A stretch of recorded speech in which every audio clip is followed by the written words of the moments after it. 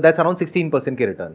यहाँ पे जो चीज समझने, मैं थोड़ा सा ऐड करूं, बिल्कुल सर, बिल्कुल है ना। तो इन्होंने बहुत अच्छी बात कही, ऊपर नीचे तो कहीं भी हो सकता है, बट आपको ये देखना है कौन सी एसेट क्लास ऐसी है जो लॉन्ग टर्म में बाकी सब एसेट क्लासेस को आउट परफॉर्म करती है।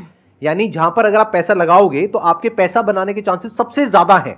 और ये आपको देखना है not based upon your intuition और योर गट फील, या फिर आपको क्या लगता है या किसी को क्या लगता है, बट बेस्ड अपॉन डेटा।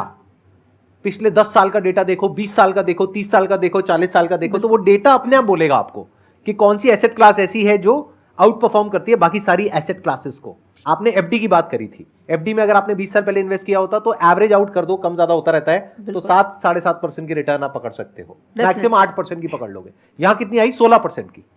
तो 8 और 16 में बहुत फर्क होता है। ये देखने में आपको सुनने में लगेगा अच्छा 8% का ही तो फर्क है। कंपाउंडिंग को बीच में ले आओ, तब आपको समझ आएगा। द मैजिक ऑफ कंपाउंडिंग बोलते हैं उसको। इस पे आई एम श्योर आपकी कोई ना कोई वीडियो जरूर होगी। द पॉइंट इज, यहाँ पे दो चीजें समझने वाली है। एक तो ये कि आप स्टॉक मार्केट को स्टॉक मार्केट मत बोलो। घर में हम यही सुनते आए हैं, शेयर बाजार, सट्टा बाजार, राइट, यही सारे वर्ड्स हमने सुने हैं। स्टॉक मार्केट को आप ऐसे देखो कि आप बिजनेस पे पैसा लगा रहे हो। जैसे मेरा बिजनेस है, मेरे बिजनेस में अगर आपको शेयर होल्डिंग मिलती है, पैसे लगाने को मिलता है, क्या लगाओगे या नहीं लगाओगे? कितने लगाने को तैयार हैं? अरे तो मेरे प्यारे भाइयों और बहनों, टाटा है, बिरला है, कोटक है, वो मेरे से ज्यादा अच्छे एंटरप्रेन्योर्स हैं। उनका बैकग्राउंड देखो, आप बस मेरे से इन्फ्लुएंस हुए पड़े हो, but as an entrepreneur there are far better entrepreneurs than me in India and across the globe. अरे उन पे पैसा लगाओ ना। अभी जो आपकी वैल्यू फॉर मनी है, जो 10,000 की आज वैल्यू है, वो आने वाले 10 सालों बाद वो 10,000 1 लाख के बराबर होगा।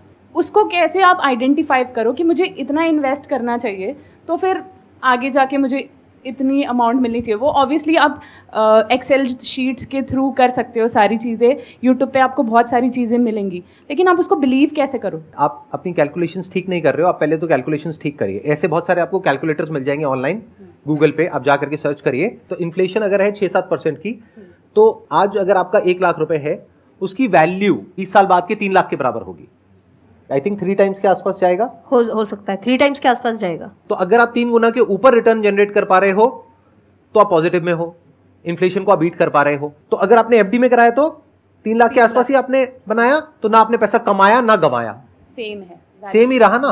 तो पैसा नहीं बढ़ा, तो अल्टीमेटली तो आपने गंवा ही दिया ना। तो आपको कितना चाहिए? 10 गुना या 20 गुना। 10 गुना कैसे आएगा? जब 12% की रिटर्न आएगी।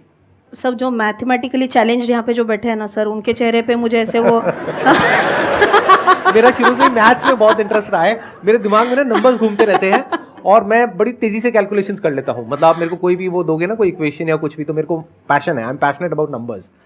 वो तो बेचारा अभी भी उस सदमे से बाहर नहीं आया, देखो।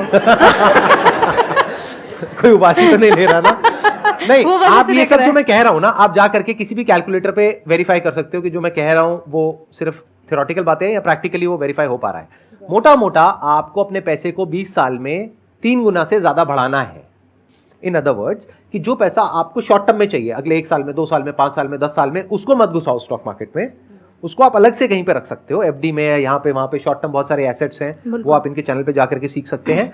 लॉन्ग टर्म अगर आप कुछ करना चाहते हैं तो स्टॉक मार्केट से बेटर ऑप्शन, यानी म्यूचुअल फंड्स, इंडेक्स फंड्स, इससे बेटर ऑप्शन क्या है, ये मुझे अभी तक पर्सनली समझ नहीं आया है। अगर आपको आया है तो प्लीज आप बता दीजिए। बिल्कुल बिल्कुल सही बोल रहे हैं। To sum up this entire discussion, I think एक ही बात बोलूंगी, लॉन्ग टर्म के हिसाब से अगर आप सोचोगे तो एक ही ये सेंटेंस ध्यान में रखना है कि इंसान हो या स्टॉक मार्केट, आखिर जाना ऊपर ही है।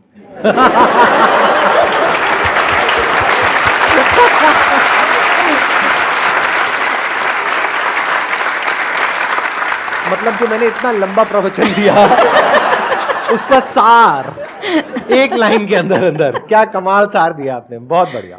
मैम, स्टॉक मार्केट में डाइवर्सिफिकेशन को बहुत इंपॉर्टेंस दी जाती है, लेकिन हम ज़्यादा डाइवर्सिफाई करते हैं तो हमारे रिटर्न्स कम हो जाते हैं। तो आपके अकॉर्डिंग कितना डाइवर्सिफाई हमें करना चाहिए? ये बहुत अच्छा क्वेश्चन है, एक्सीलेंट क्वेश्चन, बहुत अच्छा क्वेश्चन है, बहुत अच्छा क्वेश्चन पूछा है और बहुत इंपॉर्टेंट क्वेश्चन है ये। और हो सकता है यहाँ पे आपके और मेरे व्यूज थोड़े से अलग भी होंगे। अच्छा, लेट्स सी आपके क्या व्यूज हैं, फिर मैं अपने व्यूज शेयर करूंगा। If I am not mistaken, ये वॉरेन बफे साहब का ही कोट है, जिसमें उन्होंने बोला था कि अगर आप 10 स्टॉक्स चूज कर रहे हो आपके इन्वेस्टमेंट के लिए, और आपने आपके नंबर 1 स्टॉक में और नंबर 10 स्टॉक में अगर same amount of money invest किया, तो आपको समझा ही नहीं है कि वो आपका नंबर 1 क्यों है। फिर तो जब